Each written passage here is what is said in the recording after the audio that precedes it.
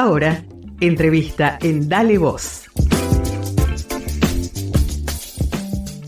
Bien, no siempre uno se puede dar el gusto de saludar a un colega que además es un maestro. Hablamos de Claudio Kleiman, 50 años ya de trayectoria, periodista, músico, además hombre de la casa, hombre de la radio de la Universidad de Buenos Aires. Claudio, un tocayo te saluda acá, Claudio Robín desde Dale Voz. ¿Cómo te va? Bien, ¿qué tal, tocayo? Acá andamos. Muchas gracias. Acá andamos. Un poco de... Bueno, te pido acá disculpas por estar usando el mismo micrófono que compartís junto a Rosso todas las semanas acá en el aire de la UBA también. No, como disculpas, por favor. Pero además, decime. Un detalle técnico, escucho Sonido. Mi voz con un eco, ¿se puede el retorno, ahí lo sacar vamos, eso? Porque me confunde. Ahí lo vamos a ir corrigiendo, tenés la vuelta. Yo te sigo hablando hasta que vos me digas que la cosa va un poquito mejor, Claudio. Pero no, yo vos te escucho bien. Ahí está, ahí se corrigió. Ahí está, perfecto. Gracias, Lean Salas, ahí en la operación. Claudio, bueno, esta semana el tema pasó por un reconocimiento muy especial. Muchos años de laburo, músico, periodista, y ahora vamos a ir hablando de algunos de los proyectos que te tocó encarar, de amigos que te dio la profesión también. Pero ¿cómo viviste esto de ser personalidad destacada, ¿no? Nombrado por la legislatura acá en la ciudad de Buenos Aires? Bueno, lo viví, la verdad, con mucha emoción fundamentalmente. Y bueno, con gratitud también de tener un reconocimiento por el lado de la cultura oficial, algo que, como dije en mis palabras, nunca había tenido. Vos comenzaste... a ver si te pueden subir un poquito tu voz, que te escucho muy bajito. Vamos a ir corrigiendo todo a medida que sigamos con la charla. Bueno, evidentemente es algo muy especial para... En cualquier profesión, ¿no? Sentir el respaldo de colegas, de amigos, en este caso con un pronunciamiento que va un poco más allá, ¿no? Que te nombren que sos una personalidad destacada de la cultura. Probablemente no sea algo que hayas buscado, imagino, en aquellos comienzos como periodista. ¿Cómo fueron esos inicios? Bueno, sí, cuando uno empieza, obviamente no piensa en el reconocimiento, pero sí, bueno, los comienzos fueron en la revista Expreso Imaginario, una revista... ¿Ahí por primera vez, Claudio, o algo habías hecho antes? ¿O directamente ya arrancás ¿Cómo? ¿Arrancás directamente con el Expreso o ya venías con algunos bocetos? Algo? No, sí, arranqué directamente con el Expreso. Digamos que mi primer nota publicada fue el número 1 de Expreso Imaginario. ¿76 años? 76, sí. 76. Salió en agosto del 76, época infausta para el país, plena dictadura. Es más, la salida del Expreso estaba prevista inicialmente para abril, y como en marzo fue el golpe, se demoró la cosa y salió finalmente a la calle en agosto. Y estamos hablando además de... Era una época negra del país, con la dictadura cívico-militar por delante, pero además esas revistas que eran leídas de una manera muy distinta. Hoy es otra época, imaginarse para gente joven lo que era la salida de una revista vinculada al rock, a la cultura hace 40 años, es impensado, ¿no? Pero digo, ¿cómo se la seguía también por músicos que a lo mejor tampoco tenían la difusión que llegaban, que hoy podemos imaginar? Sí, bueno, para los lectores significó una especie de tabla de salvación, ¿viste? Sí. Y para nosotros, lo que la hacíamos, también hay que remontarse a un mundo sin internet, sin redes sociales, sin nada de ese mundo que hoy conocemos. Y por otra parte, ni siquiera en los medios que sí existían en ese momento, el rock tenía cabida. No había rock en la televisión, ni en los diarios, ni en la radio, salvo alguna contadísima excepción. Y por otra parte, la dictadura justamente uno de sus objetivos era destruir los lazos entre la gente. Por eso no podía haber, qué sé yo, más de, no me acuerdo, si 3 o 4 personas juntas en la calle. Entonces, justamente la dictadura quería que la gente joven que pensaba distinto se sintiera aislada, y el Expreso, humildemente, en cierta manera, contribuyó a romper ese aislamiento. Así que, bueno, significó muchísimo para los lectores, y bueno, y además muchos músicos de ese momento y lectores que en ese momento eran como más chicos, pero que en un futuro serían músicos, algunos de ellos muy conocidos, agradecen también un poco la educación que les dimos desde el Expreso, es decir, que se formaron musicalmente y también como personas, justamente porque el Expreso, uno de los objetivos, digamos, de la revista era ser un órgano de la cultura rock y no reflejar solamente música, sino ocuparse de un montón de otros temas, y eso también era muy importante para la formación de la gente que nos leía, porque era un tipo de información que no aparecía en ningún otro lado. Sí, yo ahora no recuerdo el nombre del documental, porque había salido un documental el año pasado, que también hablamos acá en el programa acerca de eso, de Pistocchi y sobre la revista. Sí, Bajo el sol del rock and roll, Bajo el universo creativo de Jorge Pistocchi, ahí está, de Omar Neri, un documental muy recomendable. Estaba muy hermoso, bueno, aprovechamos y lo recomendamos también, pero aprovecho a nombrar a Pistocchi, Pipo Lernud, unos nombres por el lado del periodismo, imagino amigos que seguís manteniendo, y por el otro lado preguntarte cómo era armar esa revista, ¿no? Después vamos a la parte más de los músicos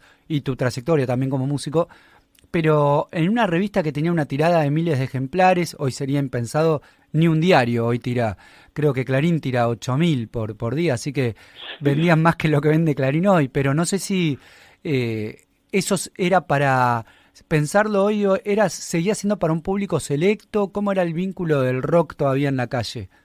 Del periodismo al rock, ¿no? Sí, sí, indudablemente para un público mínimamente informado, pero también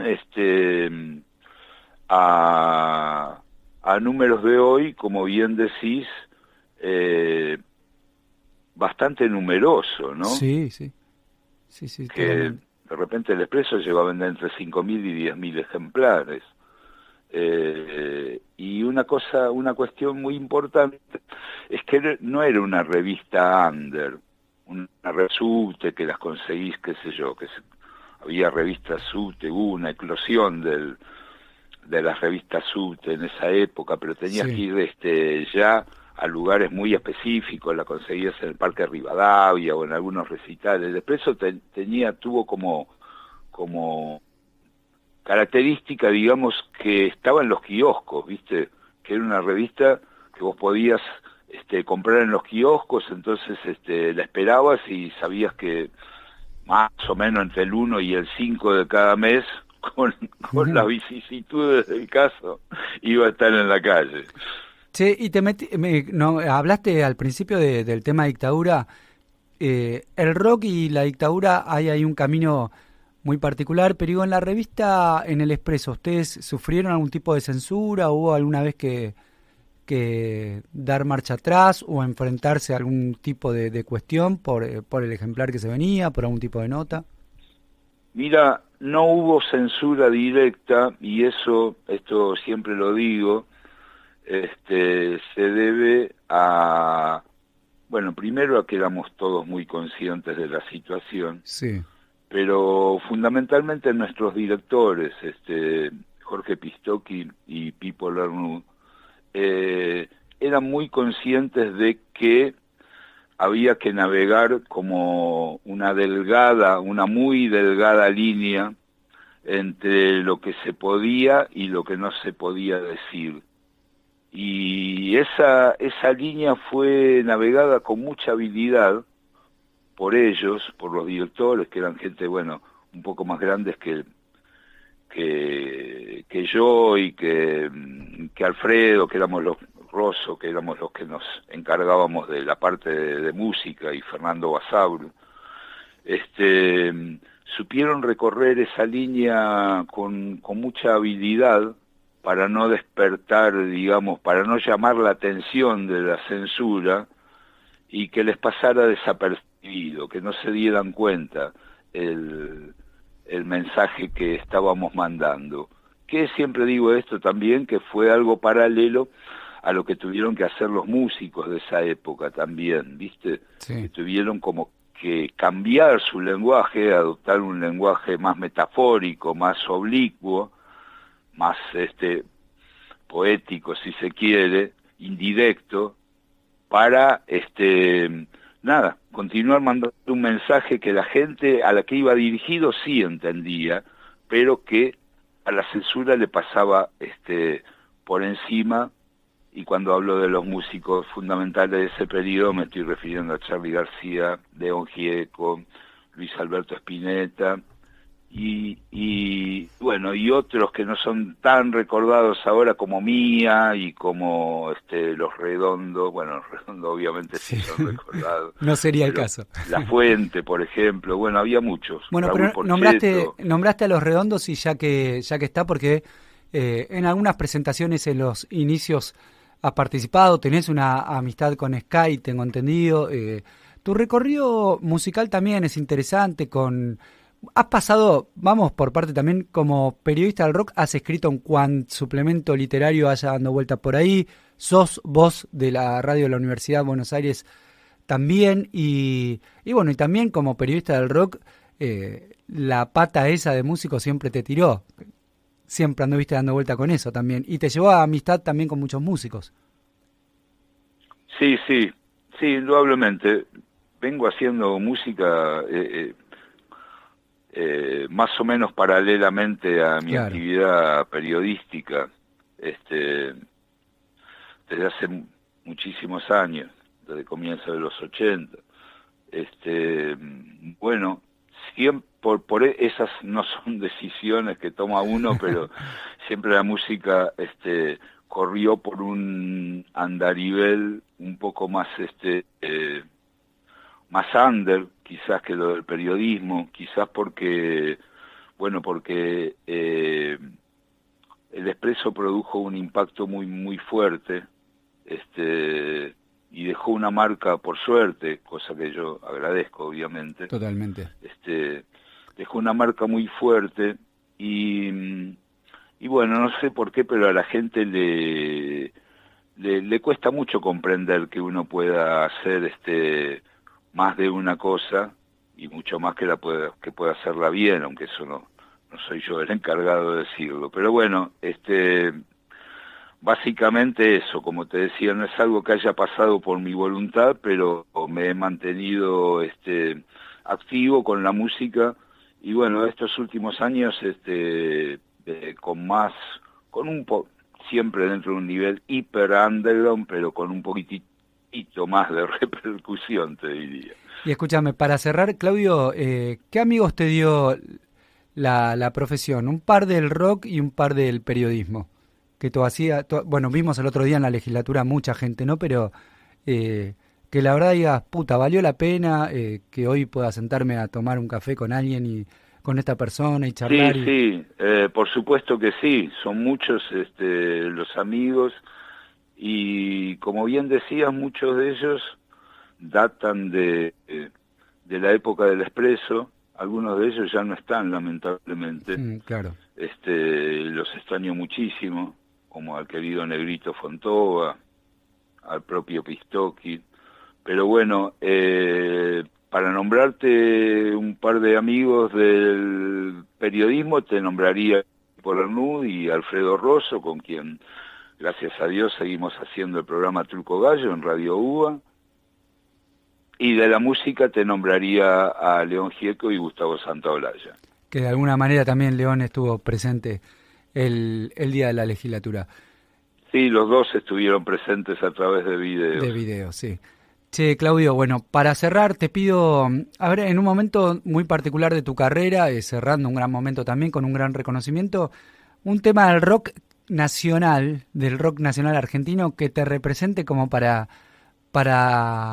enmarcar este momento particular de tu carrera, de tu vida también. Y bueno, un tema que yo hice humildemente, pero con cierta atrevimiento, el día del acto en la legislatura, Avellaneda Blues por Manal. Uy, qué lindo. Javier Martínez también siempre presente, ¿no? Sí, señor. Claudio, te mando un gran abrazo, gracias por esta charla, por estos minutos y No, al felicitaciones contrario, una vez más. gran abrazo y gracias por el espacio. Nos seguimos viendo en Radio UBA. Y el lunes acá a partir de las 22 también con Alfredo acá en la Radio de la UBA. Exacto. Pasaba Claudio Kleiman, periodista, músico también, reconocido esta semana como personalidad destacada de la ciudad de Buenos Aires.